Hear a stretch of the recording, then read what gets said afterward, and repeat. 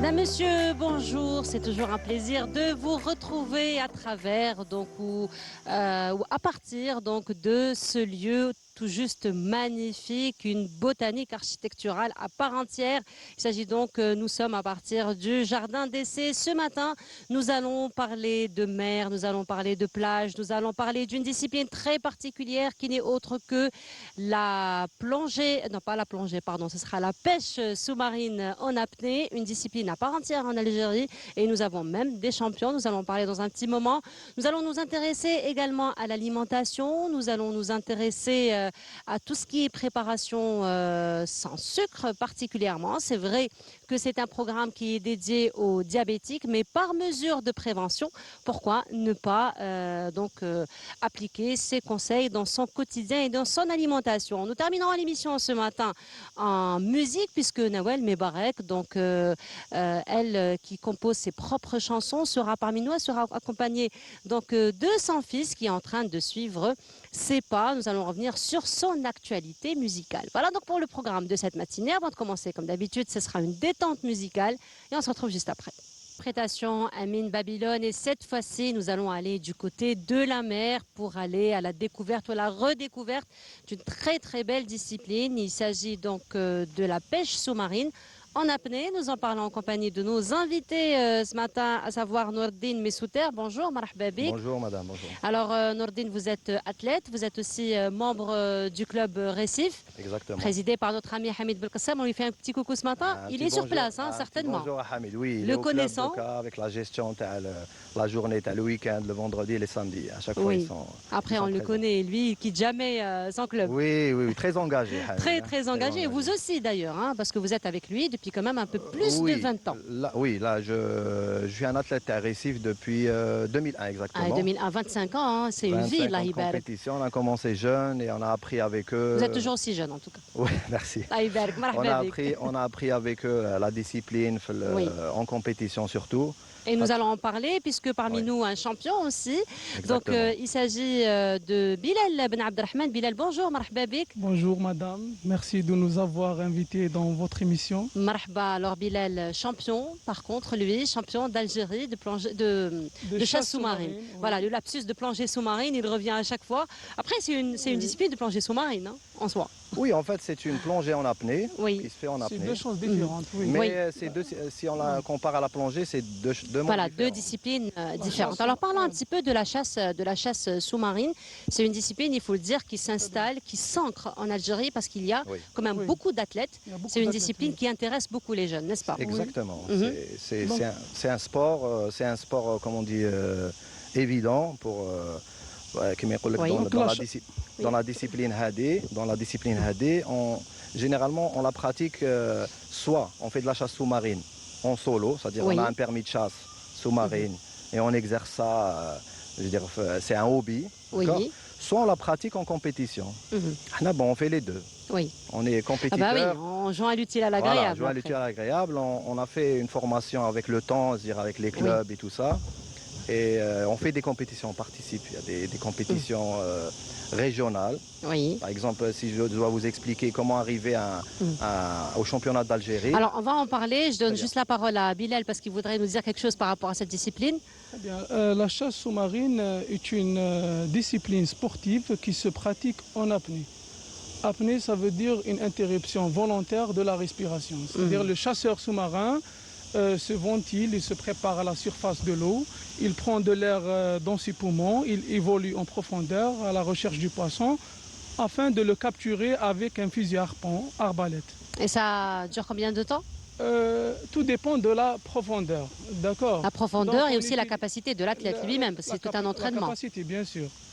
Donc on utilise comme matériel palme, masque, tuba, combinaison isothermique, couteau, bouée de signalisation et le fusil. Pour participer à des compétitions de pêche sportive en apnée, il faut s'inscrire dans des clubs ou dans des associations sportives. Les clubs sont affiliés à des ligues subaquatiques qui sont chargés d'organiser les compétitions régionales. La Ligue, elle est affiliée à la FASAS, la Fédération algérienne de sauvetage, secourisme et des activités subaquatiques, qui organise le championnat national. Et à la fin, la FASAS est affiliée à la CMAS, la Confédération mondiale des activités subaquatiques, qui s'occupe ou qui est chargée d'organiser les compétitions internationales.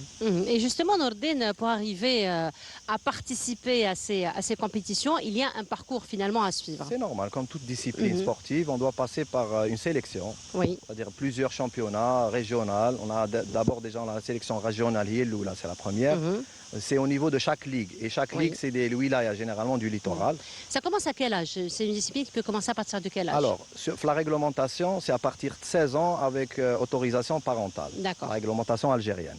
Après, généralement, c'est au-delà de la majorité. Oui. Une fois qu'on est majeur, on peut s'inscrire dans un club. On peut avoir une licence sportive et essayer d'être en contact au maximum avec les chasseurs et les encadreurs des clubs, afin d'éviter certains risques. Parce que c'est une activité quand même à risque, parce qu'elle se fait en apnée sous l'eau. Et ce n'est pas notre environnement naturel. Voilà. Donc pour ça, on se prépare physiquement. On doit avoir une préparation physique, une alimentation saine et avoir aussi une discipline, surtout. Voilà, c'est toute une hygiène de vie qui doit suivre. Voilà. Et si j'ai un message à passer aux jeunes, c'est de s'inscrire au niveau des clubs. Ne pas rester. C'est vrai que le chasseur sous-marin, généralement, il peut pratiquer seul. En ayant un permis de chasse sous-marine et tout, avec un binôme, il peut pratiquer ça.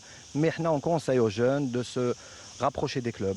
Voilà. Ils sont mieux encadrés. Voilà. Il y a quand même un encadrement. Et il n'y aura pas de problème avec ça. Voilà, c'est beaucoup plus pour des raisons de sécurité. Exactement. Parce que, comme vous l'avez si bien dit, ce n'est pas notre environnement naturel. Exactement. Donc les accidents très vite arrivés. Exactement. Mais sinon, Bilal, vous êtes champion d'Algérie.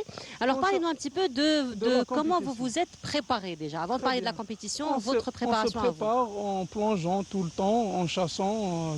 Il faut être tout le temps dans l'eau. C'est ça la vraie préparation, d'accord? Il faut toujours plonger.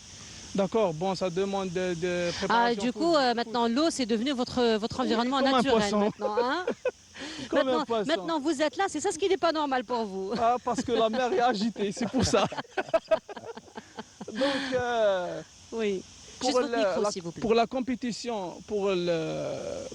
il faut savoir que la chasse sous-marine a un règlement dans la compétition. Par exemple, le tableau de pêche, on est limité par le nombre des poissons pêchés et par le poids aussi, le poids de chaque espèce. Donc on a des espèces à pêcher. On a aussi concernant le matériel, il y a un matériel à ne pas utiliser, par exemple, comme la torche. D'accord. D'accord. Et il y a beaucoup de choses aussi. La torche, c'est pour ne pas perturber l'environnement, c'est ça? Non, ce n'est pas par rapport à l'environnement, mais il faut savoir que la chasse sous-marine est une pêche sélective, c'est-à-dire on choisit le poisson, on ne pêche pas les petits poissons par exemple, on pêche les gros poissons. Voilà. Donc voilà. Mais sinon, vous êtes champion d'Algérie, alors quels sont justement les records auxquels vous êtes arrivé? Vous savez, que ce soit en apnée, que ce soit en pêche. Il ne s'agit pas de faire des records, de battre des records en apnée ou bien en profondeur. Mais il y a des un score. Il y a des performances physiques, certainement. Pour faire des résultats, il y a des performances physiques. Mais il faut savoir qu'il ne faut pas faire deux courses dans la chasse sous-marine. Une course derrière le chronomètre et une course derrière la profondeur, parce qu'il y a des accidents. Il y a des accidents de la plongée en apnée ou de la chasse sous-marine, comme la syncope ou le blackout, qui est un accident dû à la diminution de l'oxygène dans le cerveau. D'accord?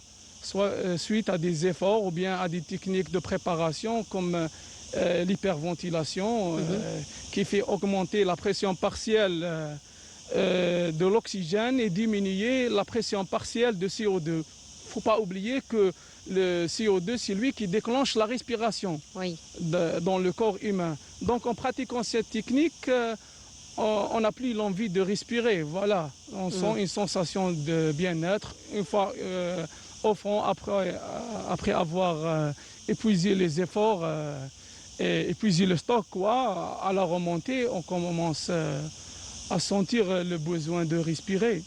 Et D'accord. justement, au niveau Donc- des clubs, c'est ce que vous essayez d'inculquer aux jeunes, de les encadrer, comment réguler donc leur respiration et enfin la durée de l'apnée qu'ils vont pratiquer. Oui, en fait, comme la chasse enfin, la pêche sportive en apnée, ça pratique en apnée, Mhm. on doit connaître les techniques déjà. Oui, Techniques de respiration, relaxation, c'est très important. On Oui. ne peut pas rentrer dans l'eau en étant stressé ou là en étant agité. donc ce n'est pas que l'hygiène de vie, c'est pas que l'alimentation, mais C'est- c'est aussi une préparation C'est mentale. une préparation mentale surtout Mhm. et il faut être en fait zen avant de pratiquer, Oui. d'aller chasser avec la journée. Ou Je là, crois que vous êtes aussi zen que ça, finalement. on essaye de l'être au moins avant d'aller pratiquer la Oui. pêche sous-marine. Anna, Il faut personnellement, avoir la si- conscience, une conscience, on peut dire professionnelle, je ne sais Mhm. pas. Ta vie ne Juste vaut votre jamais micro. un poisson. Oui, Faut pas prendre des risques à cause d'un poisson, d'accord? Oui. Faut savoir connaître ses limites dans Mhm. la chasse sous-marine. Faut pas prendre des risques et cette discipline ne se pratique pas à titre individuel. Il faut la pratiquer en binôme, Mhm. d'accord, à deux personnes. Il y a toujours quelqu'un qui surveille l'autre. De toute façon, dans toute aventure, on conseille Oui. toujours à la personne d'être accompagnée. oui, oui. Toujours, dans Oui. toute Voilà. aventure, que ce Voilà. soit, On n'est pas à sous l'eau, l'abri voilà. d'une perte de forme ou la. Mhm. C'est surtout qui Bilal, c'est la syncope qui est Oui, on va dire, qui guette le chasseur sous-marin. Mhm. Parce qu'on est en apnée, on est en manque d'oxygène, on travaille en manque d'oxygène, donc il faut faire attention à ça.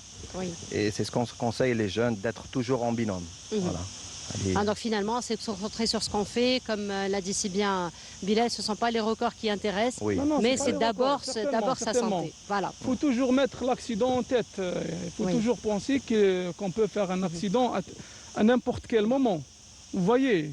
Donc, il faut savoir connaître ses limites, tout simplement. D'accord. Il ne faut pas prendre de risques. Voilà. Et vous avez quand même poussé vos limites parce que vous êtes champion, Un petit peu. n'est-ce pas? Non, avec le temps, vous savez, Oui, le corps, oui, c'est normal. le C'est toute corps une humain il question de développe, préparation. oui, il développe des capacités. Après, il y a une gestion. Vous voyez, il y a une gestion du corps. On connaît ses limites, quoi. Voilà.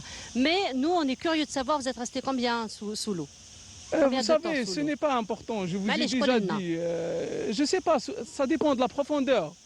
Donc, Non, non, si on est à pour petit cette fond, à compétition. grande profondeur. Je parle de cette je vous ai compétition, déjà là, vous dit, avez hein. été champion. Je parle de la compétition, là, où vous avez été champion. Bon, la compétition, ça déroule, le temps de la compétition, c'est 5 heures. C'est-à-dire, D'accord. pendant 5 heures, on est en train de chercher le poisson, D'accord. d'accord. Ça dépend des profondeurs. Ok. Si on évolue à des profondeurs importantes dans les 40 mètres, donc on doit rester environ les 2 minutes comme ça. 2 minutes. Ah, Oui, quand même. Quand même. Quand oui. même. Quand même. Alors, Oui. c'est beaucoup de compétences à la fois. C'est concentration, On c'est peut chercher. faire plus, mais Oui. ça reste quand même un risque parce que Voilà. on est exposé à un autre accident qui s'appelle le taravana ou le tambifou qui est dû à l'azote, d'accord, parce que l'azote il peut causer des accidents, l'accumulation de l'azote. Donc il faut lui donner le temps pour se dégager, se libérer en respectant l'intervalle de surface ou le temps de récupération nécessaire pour enchaîner la deuxième apnée. Voilà, donc tout est question de technique, tout est question de stratégie, oui. tout est question de respect finalement, d'écouter son corps, d'écouter Exactement. ses besoins. En fait, il y a des règles à respecter, oui. et surtout ce qu'il a abordé Bilal, c'est très important. Mhm. C'est un nouveau phénomène qui a été Oui. remarqué Mhm. ces dernières années parce que la chasse est devenue profonde. Oui, On a plus de, c'est-à-dire on cherche le poisson, on a tendance à pousser ses limites. oui. Il y a des pêcheurs sous-marins algériens, Laïbar, Mhm. qui vont au-delà de 40 mètres, qui peuvent chasser jusqu'à 50 mètres Laïbal, oui. en poids variable. Parce qu'il faut connaître qu'il y a deux disciplines. Hein. La pêche sous-marine, il y a le poids constant, c'est-à-dire on descend avec un lest, c'est-à-dire on a un lest, une ceinture de plomb, parce qu'on a une combinaison en fait on doit compenser le lest pour pouvoir descendre. Il y a un poids constant, c'est-à-dire on garde la ceinture sur soi. Mhm. Et il y a la technique de poids variable, c'est-à-dire on descend avec une gueuse Oui. qui a un poids Un cylindre en plomb. qu'on tient, qui nous aide à descendre à une profondeur et après on le laisse au fond et on remonte D'accord. sans ce poids. Mhm. C'est la technique. On fait attention pour ne pas avoir des taravanas, des accidents de décompression en apnée. D'accord. on essaye de garder un temps de récupération minimum entre 2 apnées, entre 6 et 10 minutes. Tout dépend de la profondeur. C'est pour ça qu'on a maintenant des ordinateurs d'apnée. Oui. On a des montres, des ordinateurs d'apnée qui ne nous quittent pas. C'est-à-dire on est obligé d'avoir cette montre. Elle nous donne le temps d'apnée au fond, la profondeur, et elle nous donne le temps de récupération en surface. Donc à chaque fois qu'on remonte, le compte à rebours de récupération se déclenche et on a avec le côté sécurité qui se déclenche automatiquement et on doit faire attention à ça. Voilà. Mais sinon, c'est une discipline qui se pratique tout au long de l'année, c'est ce qui est intéressant. Oui, bien sûr. Il faut en fait, nous, on a nos activités professionnelles à part. Moi, je suis par exemple architecte, lui, il est professeur de français. On essaye de pratiquer les week-ends et quand on a du temps libre ou là, quand on a une journée off ou là, on essaye d'y aller. Parce qu'en fait, pour garder la forme, il faut être souvent dans l'eau. Effectivement. Voilà. Mais sinon, pour clôturer, votre aventure ne s'arrête pas là. Vous avez des rendez-vous en compétition à partir de septembre, n'est-ce pas? Oui, on a une compétition. Allez-y, vous, c'est octobre. Deux compétitions. Deux compétitions internationales. La première va se dérouler au Portugal, à Sagres. C'est la Coupe du Monde des clubs. Donc le club Recife va participer à cette compétition qui va se dérouler entre le 2 et le 4 septembre. Par la suite, on a une sortie avec l'équipe nationale, compétition Euro-Afrique au Monténégro. D'accord, on va se préparer à fond pour donner. On vous attend avec des médailles alors. Des bons résultats. En tout cas, ça a été un plaisir. Des médailles, Inch'Allah, ya Rabbi, marhaba bikoum pour en parler. En tout cas, ça a été un plaisir de partager le plateau en votre compagnie. Donc, je rappelle Nourdine Messouter et aussi Bilal Ben Abdelrahman. Merci beaucoup, encore une fois, d'avoir été parmi nous ce matin. On continue. Cette fois-ci, nous allons parler d'alimentation, nous allons parler de régime alimentaire et particulièrement d'une alimentation sans gluten. Et Naïm Al-Walish, notre collègue, a rencontré une chef cuisinière qui nous propose donc ces aliments sans gluten ou des plats sans gluten que je vous laisse découvrir. On se retrouve juste après.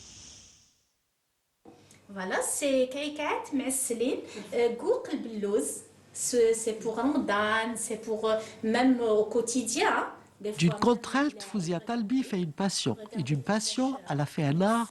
L'histoire de Fouzia a débuté le jour où son mari devait arrêter de consommer tout mets à base de farine de blé.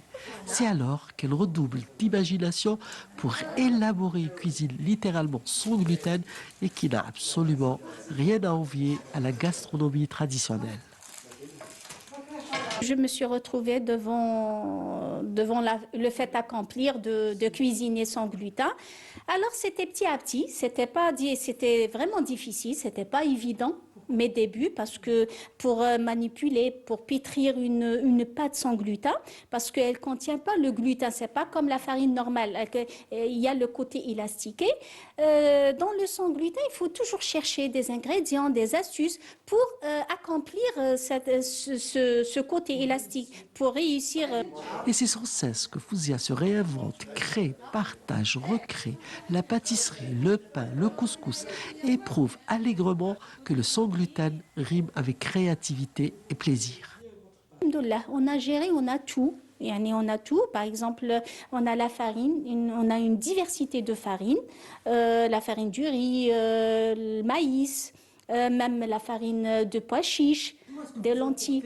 Alors, par exemple, moi, j'utilise la purée des pommes de terre. Parmi les composants, j'utilise la purée des pommes de terre parce qu'elle contient l'amidon. Des fois, j'ai une recette, par exemple, comme les gâteaux traditionnels. C'est des gâteaux traditionnels adaptés sans gluten. Cette passion qui reçoit d'extraordinaires retours, aussi bien dans son entourage que sur les réseaux sociaux, elle veut coûte que coûte la transmettre et sa jeune nièce est déjà sur cette voie. Je suis passionnée de cuisine. J'aide Tati à faire des gâteaux sans gluten. Dans l'avenir, pour faire par exemple une école, des formations, par exemple, c'est un projet dans l'avenir, mais pour l'instant, je partage. C'est pour montrer aux gens que manger sans gluten, c'est bon, c'est ça. Avec des projets plein la tête, cette Keika, qui ne veut pas s'arrêter là, ambitionne d'explorer davantage un marché tout à fait vierge et sans doute promet de s'éloigner de toute frustration culinaire.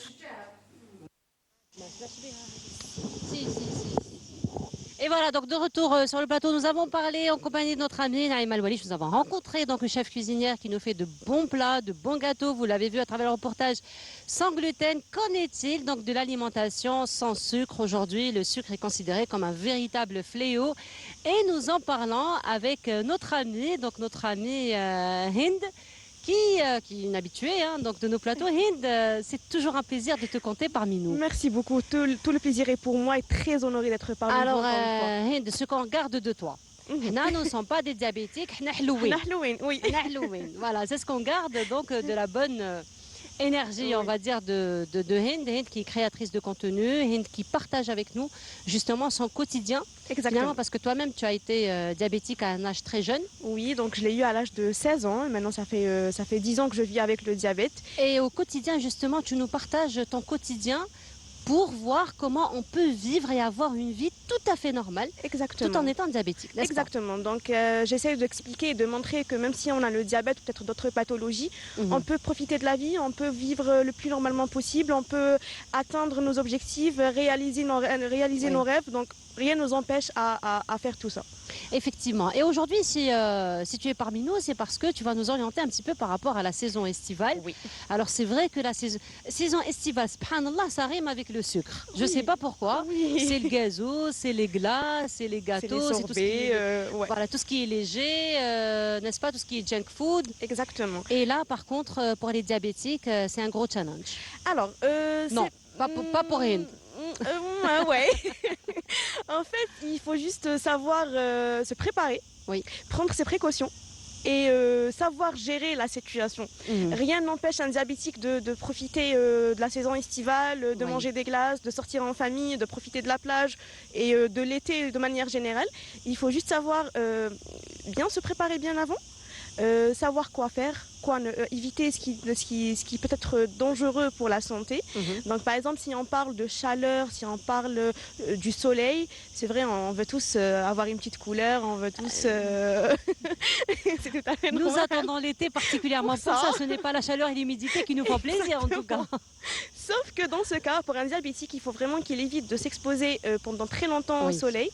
Il faut Ça, c'est faire un conseil qu'on donne finalement à tout le à monde. tout hein. le monde. Oui. Exactement. Mhm. Il faut s'hydrater. Donc il faut Oui. savoir que le fait de ne pas s'hydrater, c'est-à-dire d'avoir une déshydratation, peut provoquer des hyperglycémies. Oui. Et parfois aussi, il faut toujours faire attention à sa glycémie car chez certaines personnes, la chaleur influence l'absorption de l'insuline et ce qui D'accord. favorise des hypoglycémies.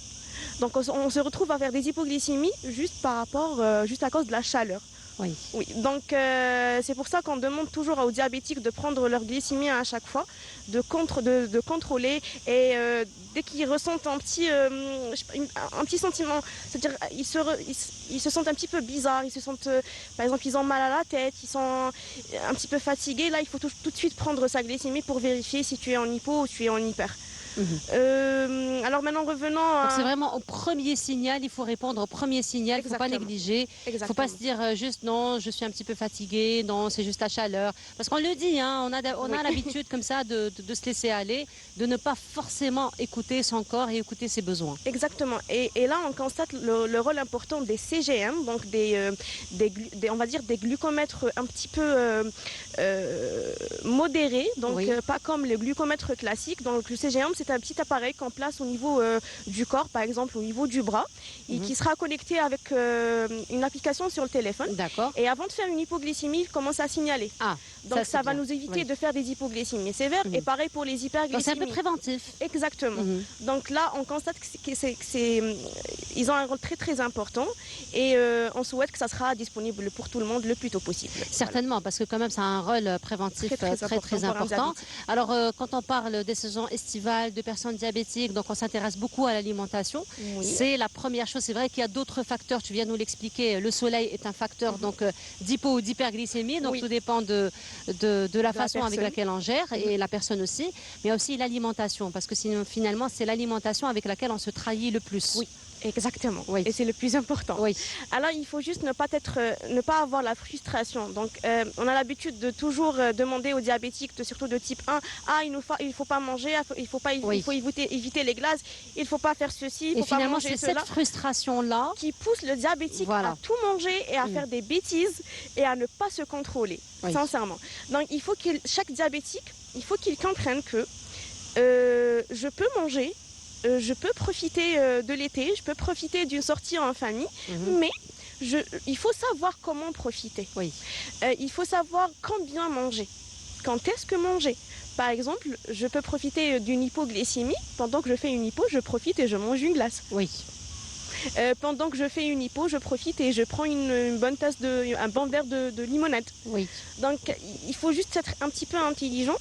Ou parfois, on peut remplacer certains aliments par d'autres qui sont naturels, qui ont un index glycémique très bas. Par exemple, comme je dis à chaque fois, par exemple le sucre blanc, on peut le remplacer par d'autres sucres, comme le mélasse de date ou peut-être d'autres plantes comme la stevia. Oui. La farine blanche aussi, on peut la remplacer par la farine complète. On peut faire nos propres gâteaux à la maison. Après, ce sont des produits aujourd'hui, alhamdoulilah, qui sont disponibles dans les étalages. Exactement. Voilà. Donc c'est vrai qu'il y a quelques années auparavant, c'était un petit peu difficile, mais aujourd'hui, ce sont des produits quand même qui sont disponibles. Et ce qui est bien aussi, c'est que maintenant l'information elle est accessible à tout le monde. Donc il se fait juste de faire une petite recherche, ce que je peux manger, surtout avec l'intelligence artificielle. Donc tu as tout maintenant. Donc dès que tu fais ta petite recherche, il te donne même un programme alimentaire, il te donne même des recettes plutôt healthy que tu peux faire à la maison. Et à un certain moment, il faut qu'on comprenne qu'il faut plus compliquer la vie parce que maintenant tout est disponible. Tout est disponible. Oui. Tout est à portée de main. Exactement. Voilà. Mais sinon, Hind, lorsqu'on te suit sur les réseaux sociaux, parce que moi-même je te suis depuis quelques années quand même, et c'est très appétissant ce que tu prépares.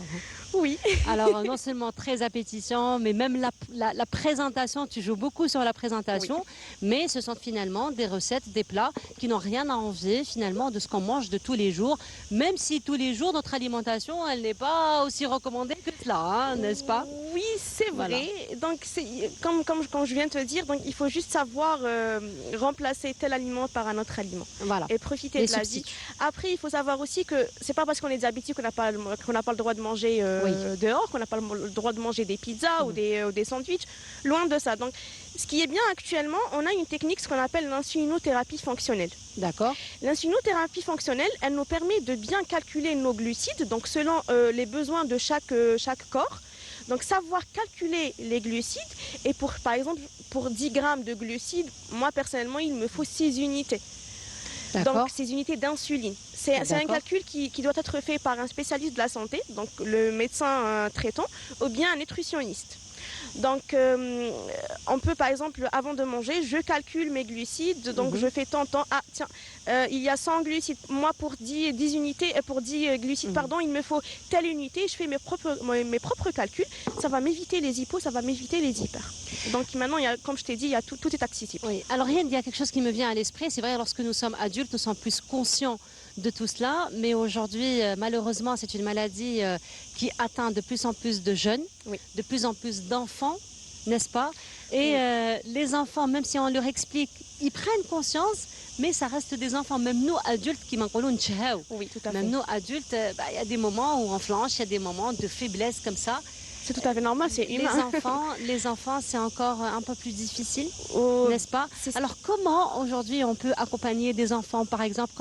Qu'est-ce qu'on peut leur préparer à la maison pour équilibrer un petit peu de tout ce qu'ils voient à l'extérieur? Alors, le diabète chez l'enfant reste plus difficile par rapport aux adultes. Et surtout, moi je dirais plutôt que c'est beaucoup plus difficile par rapport aux parents qu'aux enfants. Donc, un enfant il ne sait pas gérer, ne sait pas ce qui se passe autour de lui, mais on va dire c'est les parents qui vont tout faire, qui vont tout gérer. Qui sont les plus premiers responsables. Exactement. Donc, moi je m'adresse aux parents, donc à chaque fois, essayez d'expliquer à vos enfants dès leur jeune âge que le diabète, ce n'est pas un obstacle. Essayez de leur expliquer que vous pouvez affronter la société avec votre maladie. Évitez de leur, par exemple, de prendre leur glycémie en cachette, l'insuline en cachette. ça joue un rôle chez l'enfant. Oui. Donc essayez de leur montrer. C'est une façon de faire accepter à Exactement. l'enfant sa maladie. Exactement. Voilà. Après, ça ne fait pas de lui un enfant différent. Exactement. Pas du tout. Ce qui va l'aider à Oui. comprendre que, À assumer. à assumer et à comprendre aussi que, ah tiens, pour ma santé, je peux ne pas manger ça et je le remplace par ça. Donc il faut toujours communiquer avec vos enfants et aussi, comme je dis à chaque fois, remplacez toujours les mauvais aliments par des aliments naturels. Et maintenant, tout est accessible. Donc, vous pouvez faire des recherches. Il y a des produits partout, alhamdoulilah. Donc, Oui. on تروحوا تلقاو حاجة healthy. Après, c'est très intéressant ce que tu viens de dire, Hind, par rapport à faire comprendre, à faire assumer la maladie à l'enfant, parce qu'une fois qu'il assume, une fois qu'il prend sa glycémie devant les autres enfants, ça permet déjà aux autres enfants de savoir ce que c'est, Exactement. de faire plus attention, d'être Exactement. préventif, mais aussi d'être des garde-fous pour cet enfant. Exactement. Parce que j'ai assisté par exemple à des anniversaires où moi-même je ne connaissais pas l'état des enfants, j'allais proposer un gâteau, après on me dit non, non, non, tata, hada ma yakulsh le gâteau, hada ya'ni sukkar. J'ai dit waouh, franchement, il y a des enfants qui prennent conscience et qui font attention finalement et qui protègent leurs amis. Et ça, finalement, c'est une éducation collective. Exactement. Donc on apprend à cohabiter, à faire attention l'un à l'autre, à avoir cette empathie. Exactement. N'est-ce Exactement. Donc, c'est ça le but principal. C'est en fait, c'est de normaliser les choses. Oui. C'est de montrer que même si la maladie elle est présente, on peut vivre, on peut profiter, on peut manger. Et en même temps pour sensibiliser la société de manière générale. Oui. Pour que tout le monde, en fait, il faut savoir que la maladie, nul n'est à l'abri. Effectivement. Donc on ne peut pas savoir. Aujourd'hui on n'est pas diabétique, demain on peut l'être. Effectivement. Et la sensibilisation est très importante dans ce genre de situation. Oui. Par exemple, une personne qui n'est pas diabétique, mais elle connaît déjà ce que c'est le diabète, elle a déjà des informations, que ce soit une maman par rapport à son enfant ou une personne adulte. Dès qu'elle commence à remarquer les premiers symptômes du diabète, parce qu'elle connaît déjà les symptômes, elle saura quoi faire. Donc elle prendra les démarches nécessaires et elle pourra sauver son enfant ou sauver quelqu'un de sa famille. Donc c'est pour ça on insiste pour la sensibilisation qui reste très importante. Voilà. Donc la prévention, mais sinon on revient un petit peu à tes contenus. Ce qui est intéressant, Hind, c'est toujours de sensibiliser et surtout de convaincre les gens que la maladie n'est pas un handicap. Exactement. Alors même il y a des handicaps qu'on peut surpasser. Hein. Aujourd'hui nous avons eu quand même beaucoup de personnes à besoins spécifiques par exemple qui font des miracles, hein, qui font des merveilles. Et que la maladie ne devrait pas handicaper, bien au contraire. Donc on peut vivre le plus normalement notre quotidien avec cette maladie. Effectivement, donc ça a toujours été mon but sur les réseaux sociaux. C'est beaucoup plus pour expliquer que voilà, je suis présente, je suis jeune comme vous. Donc moi je me suis adressée beaucoup plus aux jeunes diabétiques. Oui. Donc des personnes de ton âge. De mon âge, exactement. Voilà, qui s'identifient finalement à toi. Oui. Donc je me suis dirigée vers cette catégorie d'âge pour leur expliquer que voilà, moi je suis jeune comme vous et je vis le plus normalement possible avec mon diabète. Il faut savoir aussi que moi je n'ai pas que le diabète, j'ai d'autres pathologies et ça m'empêche pas de vivre ou d'avancer. Ou de faire ce que je veux faire dans la vie, sincèrement. Donc j'ai fait mes études, alhamdoulilah. J'ai atteint certains objectifs. Et la vie continue, Inch'Allah. Et on va toujours continuer à avancer, toujours restant positive et à ne jamais considérer les maladies comme un monstre. Et elle répond toujours présente à nos plateaux, Hind. Oui. toujours elle répond présente, toujours pour la sensibilisation, n'est-ce pas? Et toujours ton amour pour l'espagnol?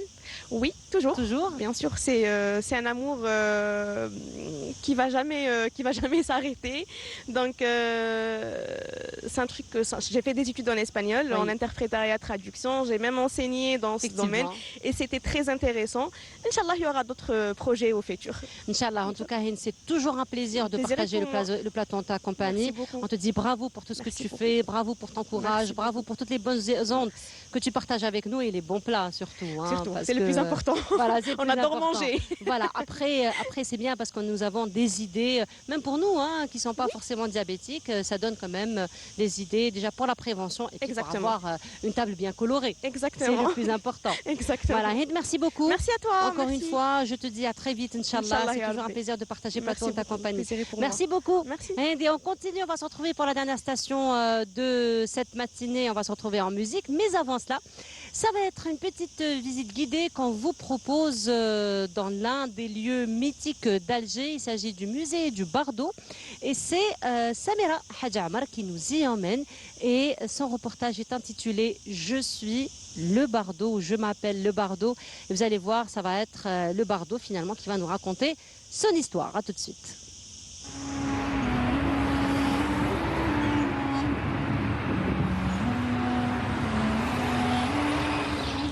Je suis Bardo. Je suis actrice de ma destinée à travers tous les temps. J'aimerais vous raconter un fragment de mon histoire. Mon nom, Bardo, est une variation espagnole du temps de Prado. Je suis Bardo et je reste actrice de ma destinée à travers l'histoire. Dans les feuillets d'El Jazair, on raconte que j'aurais appartenu à un riche noble tunisien, le prince Omar, exilé sur les terres d'El Mahroussa. J'apparais en 1832 en légende d'un dessin du capitaine Longmar, avec la mention Mustafa Ben Omar. Sous l'Empire ottoman, au XVIIIe siècle, je ressemblais à toutes les autres villas du contour algérois. Des jardins, un potager et autour de moi, des vergers.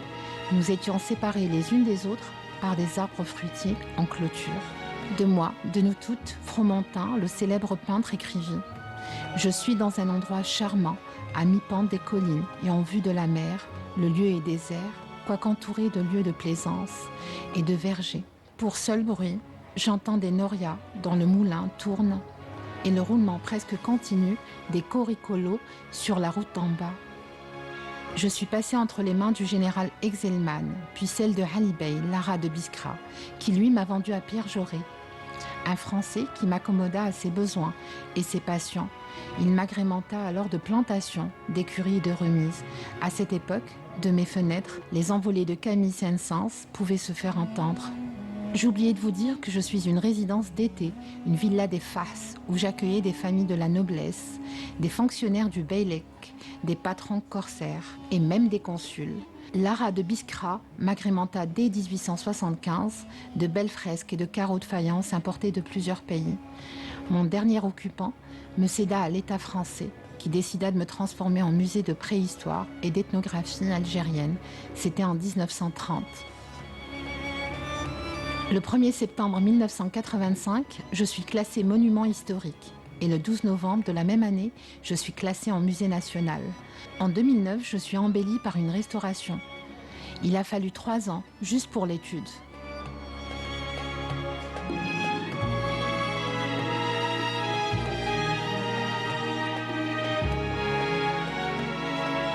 On me trouve belle, majestueuse et pour certains magique. Je suis décorée de faïence, de schiste et de marbre.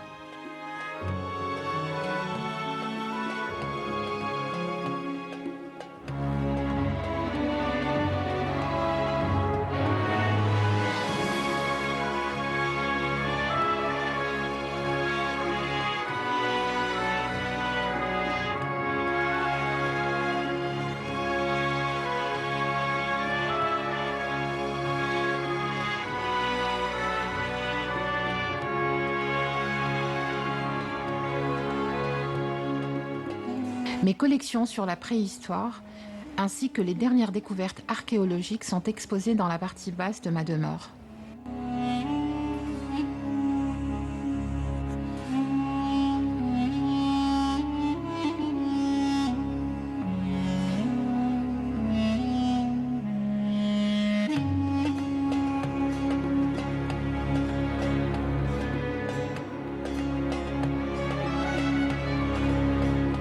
Je suis Bardo, je suis le musée public national et je suis située au 3 avenue Franklin Roosevelt, en haut du principal boulevard d'Alger Centre.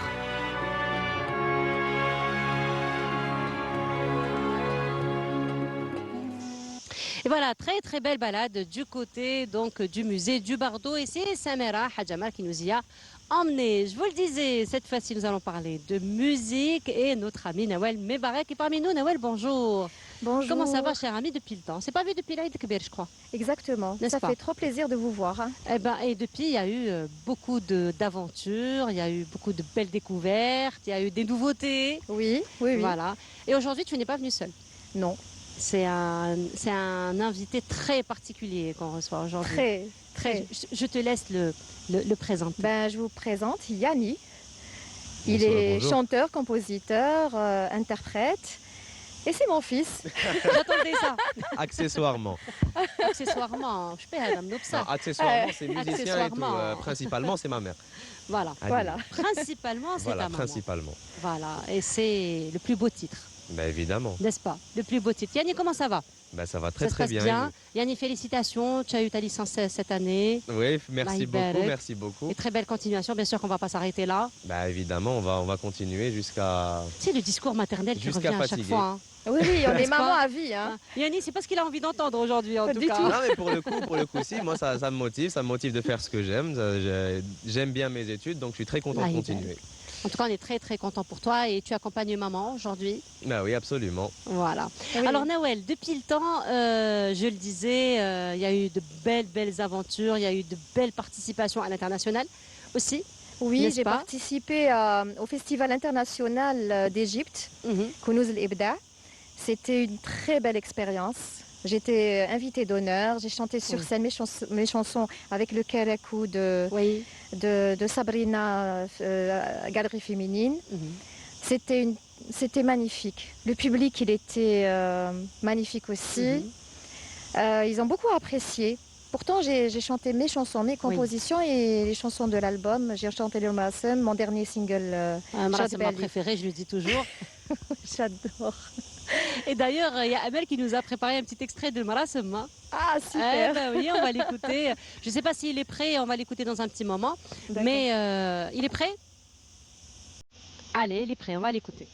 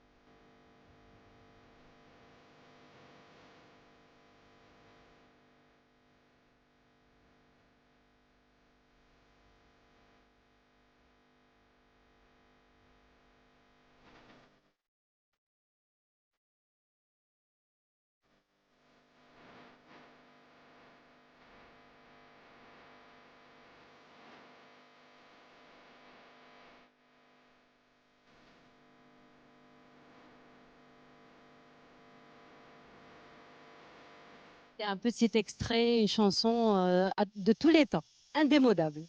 C'est la composition de Halim Riyad, Oui. Allah yarhamou. Vraiment, d'ailleurs, il me disait, pour moi, c'est la plus belle chanson que j'ai faite. Je suis de son avis.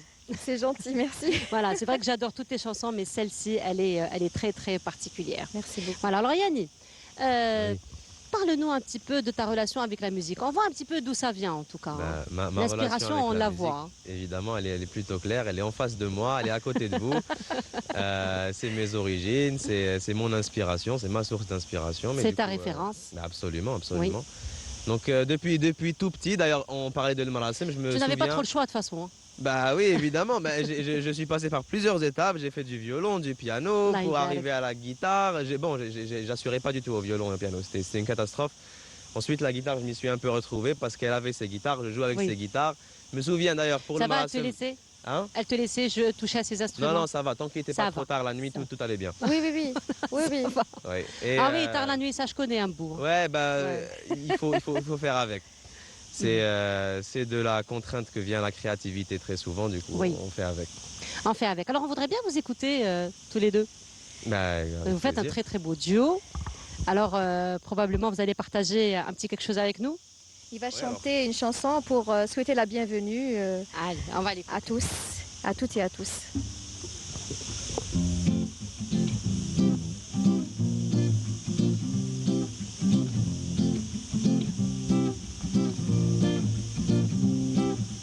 سلام عليكم الحباب سلام عليكم سلام عليكم الحباب سلام عليكم طولتوا علينا يا سيادي مرحبا جبتوا معكم البشارة والنوبة طولتوا علينا يا سيادي مرحبا جبتوا معكم البشارة والنوبة طبا ما فرزوش شبنا الطلبة شحال مزيارة المقام والقبة ما فرزوش وشبنا الطلبة شحال مزيارة المقام والقبة سلام عليكم الحباب سلام عليكم سلام عليكم الحباب سلام عليكم سلام عليكم الحباب سلام عليكم سلام عليكم الحباب سلام عليكم. Bravo, magnifique, magnifique. Tu as fait des écoles, des associations ou c'est maman qui s'est occupée de tout? Ah, excusez-moi, alors principalement c'était maman. Mais En tout cas, on voit la touche, hein, on voit le travail de maman. Bah, Mais après, il y a j'espère. beaucoup de ton travail aussi. Hein. Non, mais il y a surtout beaucoup de son travail. Un bel suis son hommage, hein, travail en Nawel, ce quelque matin. hein. Et sa personnalité aussi. Oui. Il a ses goûts, il a sa personnalité. Mhm. Depuis tout petit, il écoute de la musique. Pas depuis tout petit. Bon, quand j'étais, par exemple, au boulot, j'étais enceinte de lui et je mettais le casque sur mon ventre. Et comme par hasard, Voilà. chercher des bémols, toutes les chansons, il les a adorées. Après, il les reprend. Les mêmes, hein. Ça va de soi, C'est revenu. finalement. Oui. Ça va de soi. Mais est-ce que tu comptes probablement faire quelque chose avec lui d'officiel? Lui, il n'a pas le même style que le mien. Oui. Mais Oui, on, a voit fait, ça, effectivement. on a fait des collaborations, Oui. comme collaboration entre deux artistes. Allez, on veut bien avoir une collaboration aujourd'hui.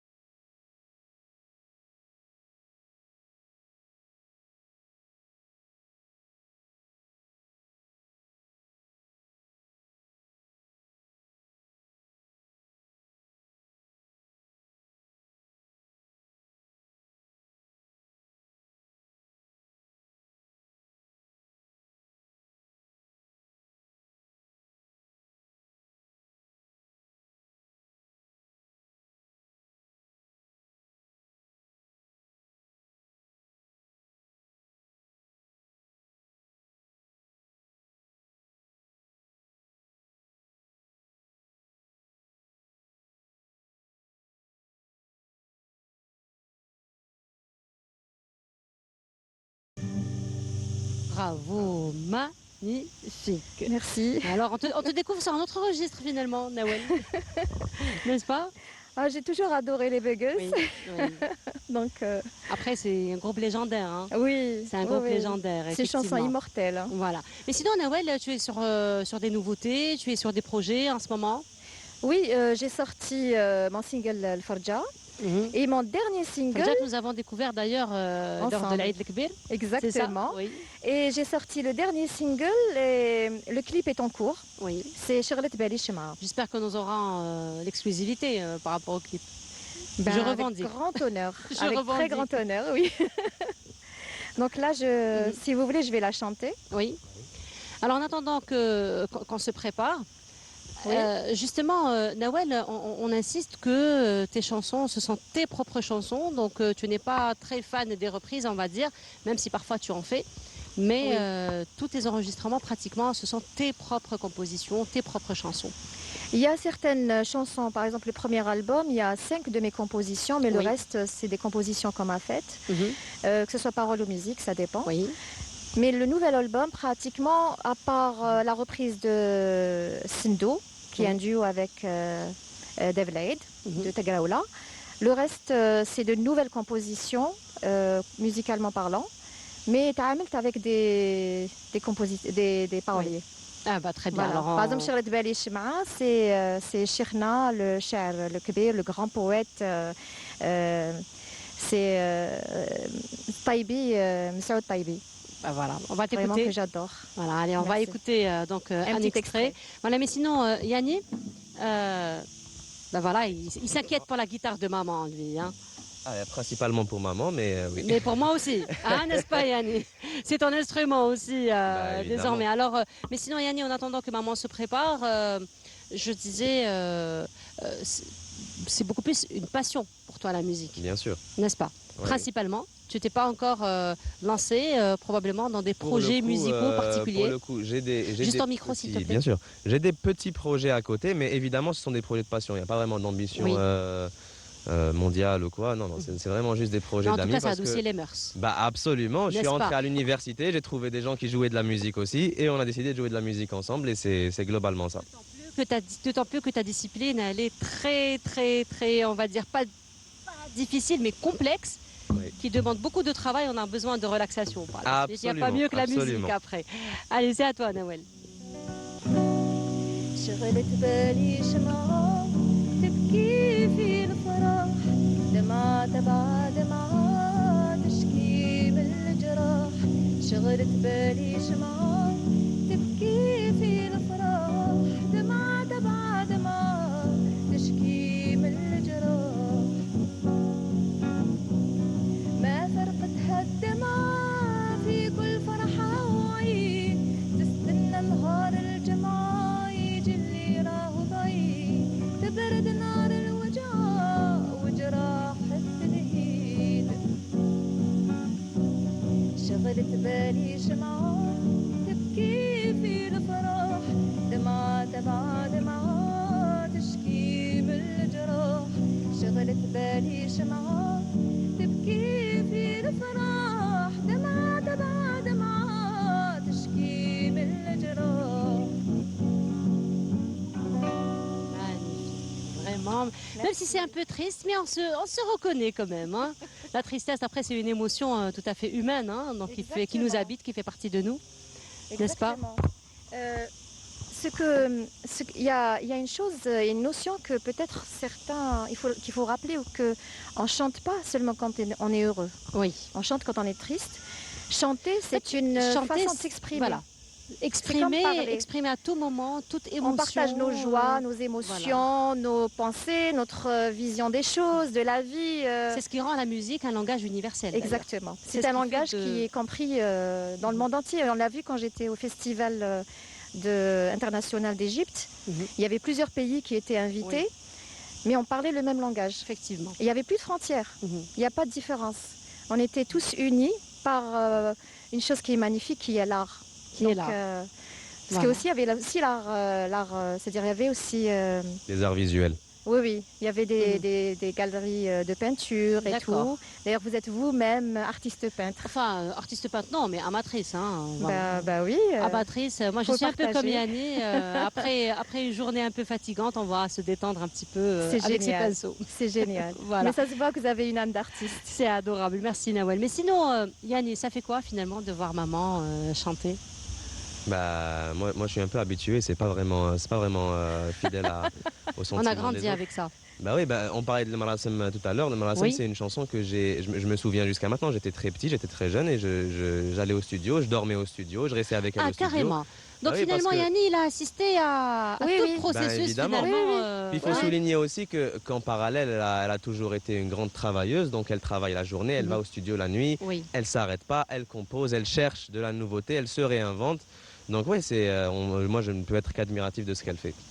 Mais lui Ah, aussi, ben il voilà, n'arrête c'est pas. magnifique. Il est dans un groupe, 2 groupes maintenant. Cyrus Oui. et l'autre groupe. L'autre groupe, c'est Nia. Nia, c'est pour Norhan, Yani, Youb, on est 3. NYA.bend, si les gens veulent le trouver. Mais c'est bien trouvé, hein, parce que ça a tout un sens. Ouais, bien sûr. En même temps, c'est des initiales. Et on travaille sur des Très petites revisites des classiques algériens. Mon autre groupe, c'est Siris. On est un peu plus dans un registre de blues, mais on essaie d'algérianiser tout ça. Tu vas me faire une petite promesse aujourd'hui. Oui. Je te prends au mot devant tout le monde. Il y a beaucoup de monde qui nous regarde ce matin. Eh ben, je les salue tous. Eh ben, on va te recevoir avec ton groupe prochainement. Eh ben, ce serait avec très grand plaisir. Devant le fait accompli. C'est réussi, hein. En tout cas, c'est un plaisir de vous avoir reçu, de partager le plateau avec vous deux. Il y a beaucoup d'émotions qui se dégagent. Plus que n'est-ce partagé. pas? Alors, on le dit, on l'a toujours dit, un bel adage que j'adore. chiens ne font Le pas de dernier amour d'une femme, c'est son fils, et le premier amour d'un garçon, c'est sa mère. Ah ben oui. Oh, N'est-ce pas? C'est beau. Voilà, c'est ce qu'on dit toujours. Et ça, c'est un dicton qui m'a de tout temps marqué et parlé, en tout cas, de belles émotions qui se sont dégagées ce matin en votre compagnie. Nous arrivons à la fin de notre émission. Alors, toute l'équipe du car vidéo, les techniciens, toute l'équipe aussi de Brise d'été présente toutes nos félicitations à notre collègue Karim Boulatka, pour cette retraite bien méritée. On va le remercier pour toutes ces années qu'il a partagées avec nous, pour tout le beau travail qu'il a fait en notre compagnie. On lui souhaite une nouvelle étape, parce que la retraite c'est une nouvelle étape, hein, Oui. n'est-ce pas? Qui souffre, c'est pas la fin, au contraire. Donc c'est une autre belle vie qui s'annonce, remplie de bonheur, de santé, surtout de sérénité. Donc félicitations à notre collègue Karim. Aussi notre collègue ce matin, Mohamed Benzamouche, fête son anniversaire. Alors probablement un petit quelque chose Bien pour lui sûr. du moment que vous êtes là. Avec grand plaisir. Voilà, un petit quelque chose pour notre ami Mohamed Benzamouche. On lui dit joyeux anniversaire. كل عام وانت بخير وبطول العمر إن شاء الله. Joyeux anniversaire, happy birthday to you. سنة حلوة سنة حلوة أمولي يا En toutes les مجال. langues, Mohamed, ce matin. Joyeux anniversaire. Merci beaucoup en tout cas, Nawel. On Longue te vie souhaite en bonne santé. Merci beaucoup, Nawel. On te souhaite une très très belle continuation, beaucoup d'autres Merci. succès, beaucoup Je d'autres voulais titres, ajouter Inch'Allah. juste que je Bien fais sûr. aussi partie de... Je suis honorée d'être et de participer avec l'association Al-Fakharjia. Je suis en Oui. train d'apprendre des noubettes, de l'Andalou, notre patrimoine. Et c'est un grand enrichissement pour moi et je remercie pour ça le président Farhawi Oui. qui m'a, Yassine Farhawi et toute l'équipe. Voilà. Et ben, Inch'Allah, on va te retrouver dans ce registre très très vite, Inch'Allah. Merci Inch'Allah. beaucoup, Nawel. Merci à vous. Yannis, c'est un plaisir. Mais c'était plus On que te souhaite, partagé, encore une fois. on te souhaite une très très belle continuation dans tout ce que tu vas entreprendre, que ce soit dans Merci tes beaucoup. études, dans ta passion ou dans ta vie professionnelle plus tard, Inch'Allah. Ça a été Inch'Allah. un plaisir, très très belle réussite à toi. Et voilà, donc Merci nous arrivons beaucoup. à la fin de notre émission. Merci beaucoup de nous avoir suivis. C'est toujours un plaisir de vous accompagner. Très belle journée à tous. À très vite, Inch'Allah. Au revoir.